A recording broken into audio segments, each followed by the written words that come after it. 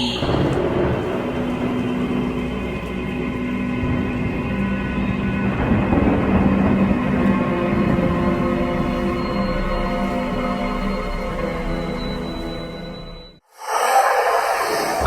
my little lovelies. I hope I find you all well again, and as usual feeling tickety-boo. Now, we've got a couple of stories for you today. Well, more than a couple, really. The first one is about a retired NASA astronaut. The second one is all about the Ark of the Covenant. We've got one or two ghostly pictures thrown in there for you, my little lovelies. And the final story has been sent in by a lady called Summer. And it's all about numbers. Now, let's crack on, shall we? NASA astronaut Michael Collins has sparked a fierce discussion about alien life on Twitter after being asked about the most pressing question in the universe: are we alone? The NASA veteran served as command module pilot on the historic Apollo 11 mission in 1969, when Neil Armstrong and Buzz Aldrin walked on the moon for the first time in human history. Mr. Collins stayed by himself in lunar orbit, waiting for the safe return of his crewmates. The astronaut, who is now 89, retired from NASA in 1970 and has been spending his free time answering questions on Twitter. One person asked the astronaut, "What do you think is the most pressing question of the universe?" Mr. Collins very briefly responded, saying, "Are we alone?" The astronaut has in the past talked about the possibility of alien life existing beyond Earth.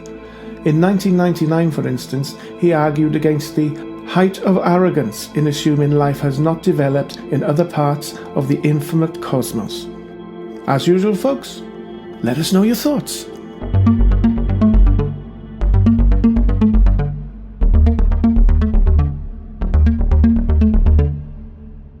The Ark of the Covenant has been lost for more than 2,000 years, but one expert believes the holy relic could be lurking deep beneath Jerusalem.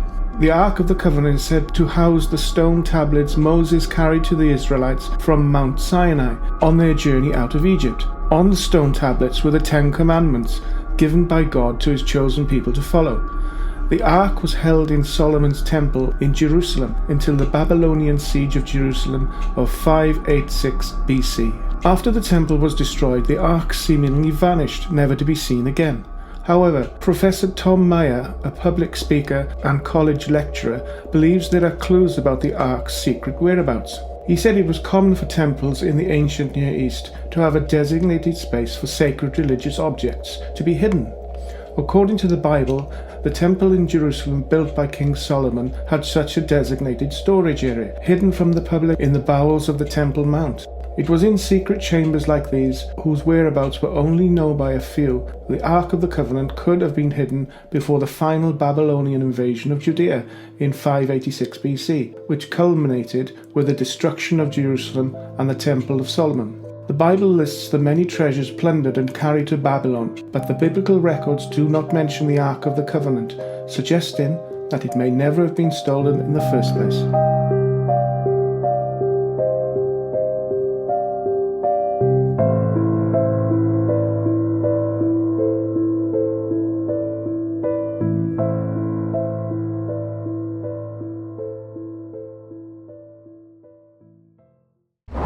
A pregnant woman from Liverpool, Rebecca Malia, claimed to have been able to see the ghost of her deceased mother in a baby scan. She immediately recognized the face of her mother to the right of her baby. Rebecca unfortunately lost her mother to kidney cancer before she fell pregnant after her mum had battled cancer for over 3 years. The family say they always feel the presence of Rebecca's mother even to this day.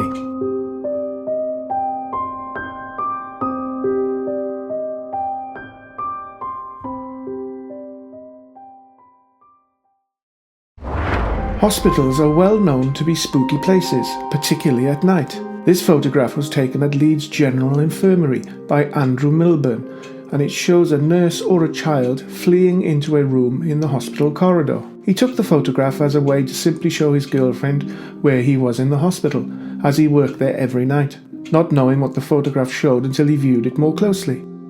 Andrew had always been skeptical about ghosts, but seeing this figure has changed his mind. What do you think, my little lovelies?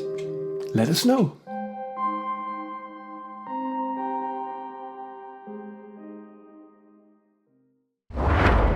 Do you think our deceased loved ones communicate through numbers? My late husband and I would always see 211 or 1111, so that was kind of odd and we always wondered about it. Anyway, after he passed away, I was looking for a new home and not having much luck. Some homes were in bad areas or needed too much work doing to them. I was getting frustrated. One night I went out with my daughter to look at houses, and we looked at a house that was just so precious and had an awesome basement with a nice fenced yard for my dogs. The houses on my street started with the number 4 and were all in 4 digits like 4825 and so on. As we were leaving, the house right next to mine on the corner is actually on a different street. As I looked at it, I realized the number on it was 211. I knew it was a sign and I should put a bid in for that house. As I drive to my house, I see that 211 address at the stop every time. It may be a coincidence, but I cannot believe that it is, especially since it's completely out of number sequence with all the other houses on my street, yet right beside my house. I think it was a sign from my husband telling me that that was the right house for me.